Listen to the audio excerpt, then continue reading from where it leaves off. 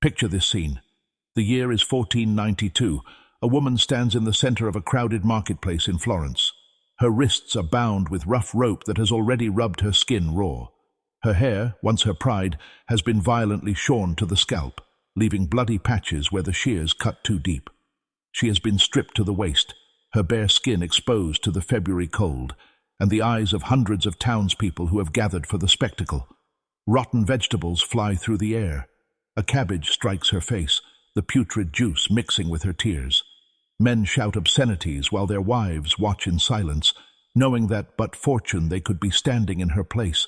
Children throw stones, encouraged by their parents who tell them this is what happens to bad women. The local priest stands on a platform reading from scripture about the wages of sin, while the crowd grows more violent with each verse. Her crime was adultery. Or rather, her crime was being accused of adultery by a husband who wanted to marry someone younger and wealthier. No trial was held. No evidence was presented.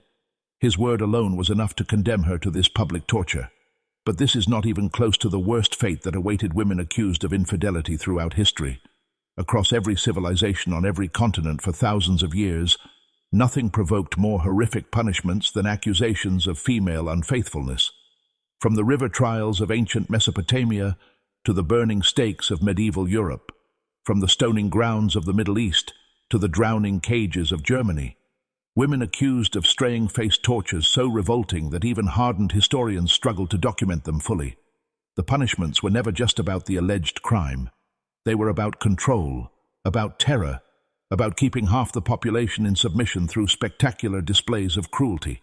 What you are about to learn will shock you, not because these events are hidden or secret, but because they happened so frequently, so openly and for so long that they became normalized parts of civilization.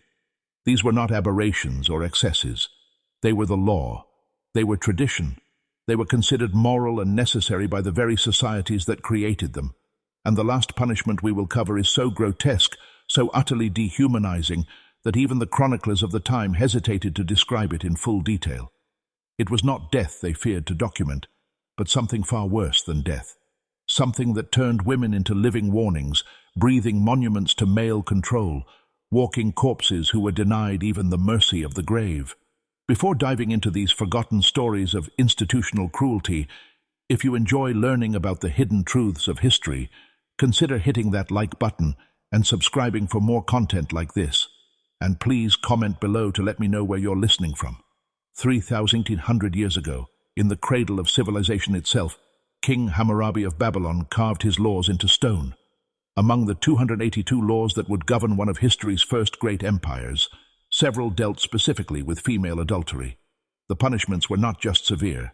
They were designed to be divine theater, turning the gods themselves into executioners.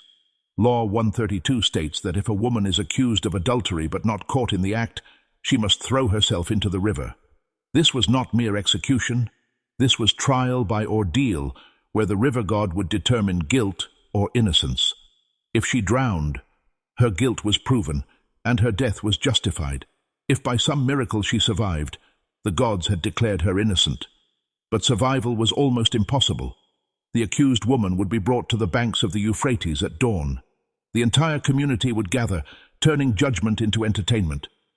She would be stripped of her clothing, her hands bound behind her back, sometimes with stones tied to her ankles, to ensure she would sink.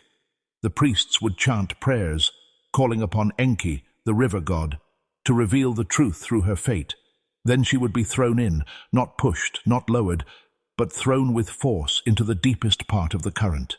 The crowd would watch as she struggled, as her head went under, as her body fought desperately against the bindings and the weight. Some would cheer, others would pray. Many would place bets on how long she would last.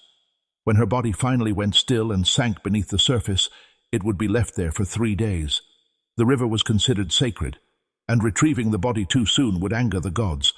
After 3 days, what remained would be dragged out, bloated beyond recognition, flesh already beginning to separate from bone. The corpse would not receive burial rites.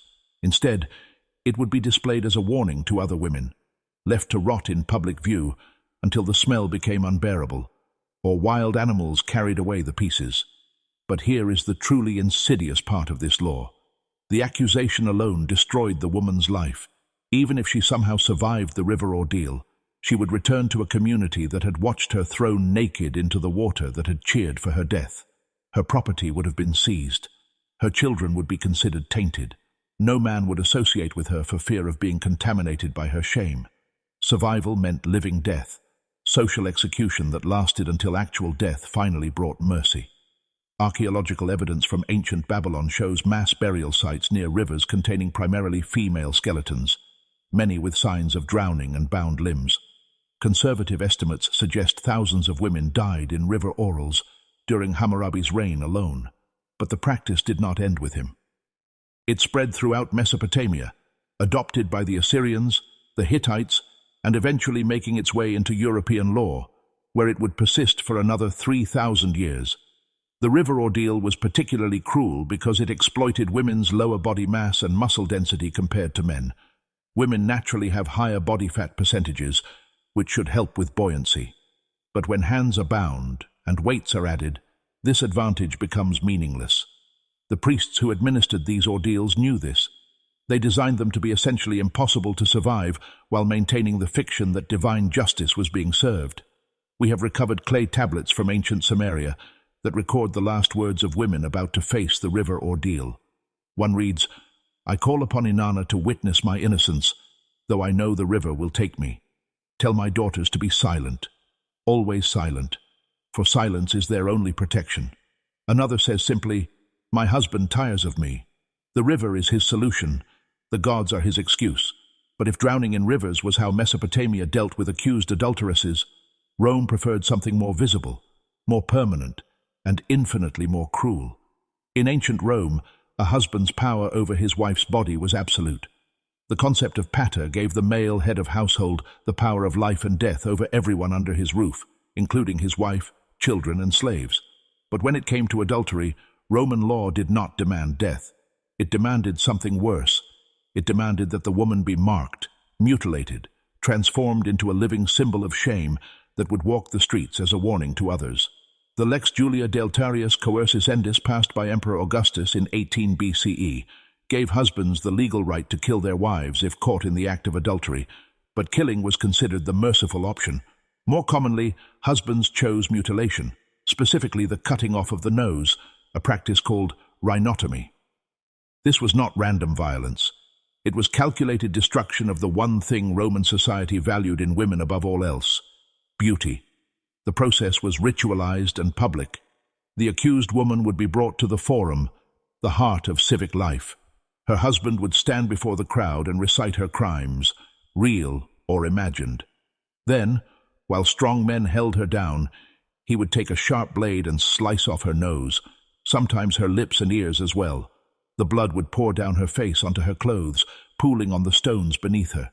The crowd would cheer this display of masculine authority, of order restored. But the mutilation was just the beginning. The woman would then be stripped naked and paraded through the streets on a donkey, facing backwards, while citizens threw garbage and excrement at her. Signs would be hung around her neck, describing her crimes in graphic detail. This procession would last hours, winding through every neighborhood, ensuring that everyone saw her shame. Some husbands got creative with their punishments. We have records of women having their heads shaved and the word adulterer branded onto their foreheads with hot iron. Others had their cheeks sliced open from mouth to ear, creating a permanent grimace that would mark them forever. One particularly sadistic case involved a senator who had his wife's eyelids cut off so she could never hide from the stares of those who judged her. The physician Galen wrote about treating women after such punishments, describing wounds that would not heal, infections that spread across the face, women who could no longer eat solid food because their mouths had been too damaged. Many died from infection within weeks. Those who survived faced a lifetime of disfigurement that made them outcasts, even among other outcasts.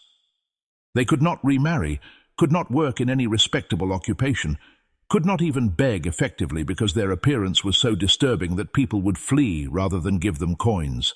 Wealthy women sometimes faced a different fate. To preserve family honor and avoid public scandal, they would be executed in private gardens, their deaths made to look like suicide. The method was usually forced consumption of poison or opening of veins in a warm bath. But even these private executions had their own cruelties. The woman would be forced to write a confession admitting her guilt and absolving her husband of any wrongdoing. She would have to distribute her property according to his wishes, often leaving everything to him rather than to her children. Only then would she be allowed the mercy of death. Roman writers like Juvenal and Martial wrote satires about these punishments, not condemning them, but mocking the women who suffered them. They turned mutilated faces into jokes, writing verses about how a woman without a nose could never again smell her own shame. This cultural mockery ensured that even sympathy for these victims was dangerous, marking anyone who showed compassion as potentially subversive. Archaeological excavations in Pompeii have uncovered graffiti that lists local women who had been punished for adultery, complete with crude drawings of their mutilations.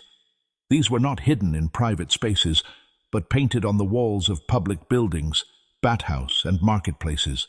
The shame was meant to be eternal, carved into the very stones of the city.